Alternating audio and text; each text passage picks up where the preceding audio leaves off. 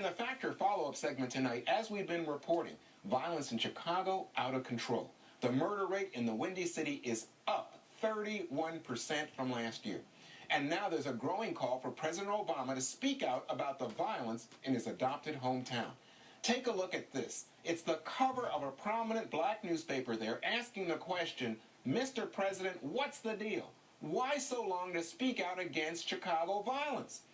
And Carol Marin, a columnist for the Chicago Sun-Times, wrote this week, quote, while it was important that the president went to Aurora, Colorado to comfort the victims of the massacre at a movie theater there, it's every bit as important that he do it here in his adopted home, in the city that gave birth to his presidency, the headquarters of his campaign, unquote. Joining us now from Chicago, Santita Jackson, a radio talk show host, and with us, Deneen Borelli, the author of the book Blacklash. Both are Fox News contributors. Let me begin with you, Santita, and say, is there any question in your mind that this is related to the breakdown of the black family?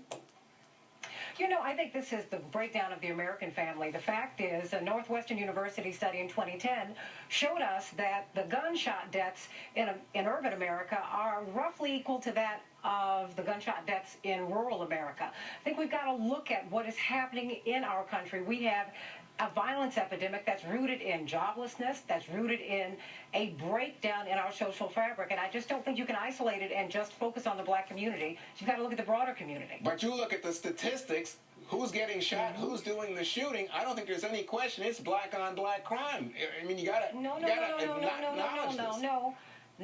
You've got to acknowledge the 2010 study. We're entitled to our own opinions, but not our own set of facts. 2010, Northwestern University, the great university that is based here in Chicago, showed us that urban violence and rural violence are roughly the same when it comes to our children. It's just too many of our children are killing themselves or shooting each other. It's unacceptably high. It's just not going to work. Do you agree that the black family breakdown has nothing to do with this lack of black men as role models in the community? I mean, it seems to me that there is a connection, but what do you think? There is a connection. There is a breakdown in the black family because of the failures of the progressive policies. Look at what welfare did to black families many, many years ago, and even today, where you have individuals who are more dependent on the government instead of looking to themselves to be independent.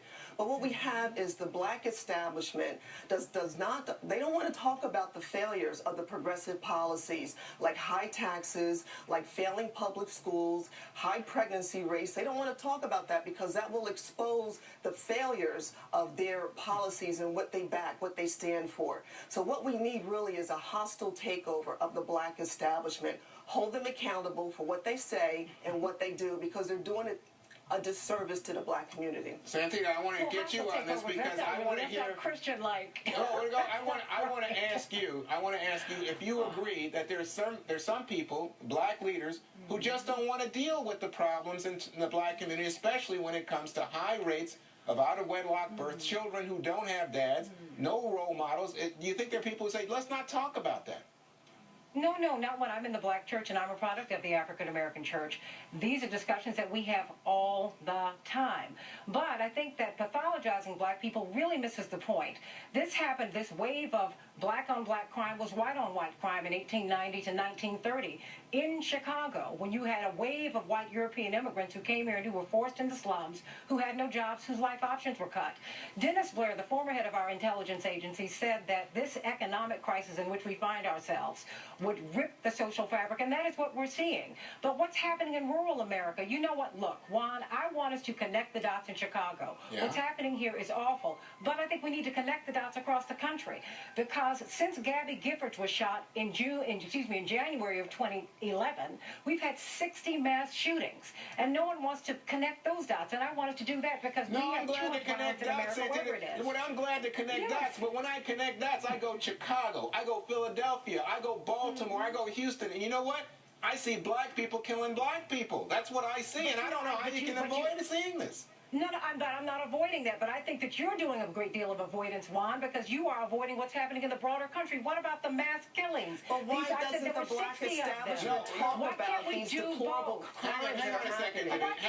Why can't we do both? Why can't we do both? Why are you ignoring what's happening in the rest of the country? No, I'm not ignoring it, but if you want to just look at pure numbers of deaths, I don't think there's any question It's black on black crime. If you want to talk about mass murders, as it was pointed out in that editorial by Carol Marin, you had what was it about? I forget the exact number of people who died in Aurora, Colorado, but that doesn't match a weekend in Chicago.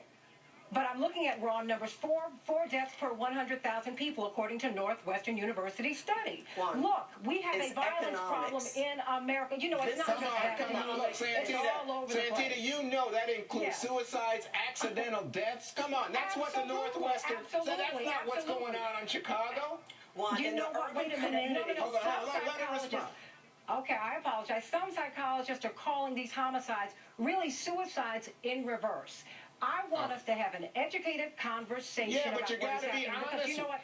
2 minutes, I'm being honest. Wait a minute, hold it. I live on the south side of Chicago. I live here. Right, so I'm saying, what's going on in the rural community is suicide. All right, let's get to Nina in here. Chicago, you have a rural community. In the urban communities, as I said, the black establishment is ignoring the deplorable conditions of these communities. This is all economic. It's economic driven. If people had jobs, you wouldn't have all this violence and individuals selling drugs and getting involved in gangs. But Santita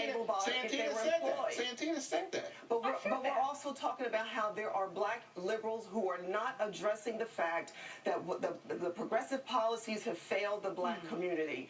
Poor education, high unemployment, unemployment among black youth is over 36%. These numbers are deplorable. All right, Santita, one last thing to say to you. Nobody's trying to pathologize. No one's trying to pathologize anybody. But just out of love and concern, don't you think we should say something about this? And don't you think President Obama should say something about it? He absolutely should. And please, and let me apologize to Deneen for stepping over her. No, it's okay. We know this is all in the spirit of concern. All of us are having a real important debate. Ladies, thank you so much for doing it. When we come back, a Republican congressional committee releases a scathing report on Solyndra.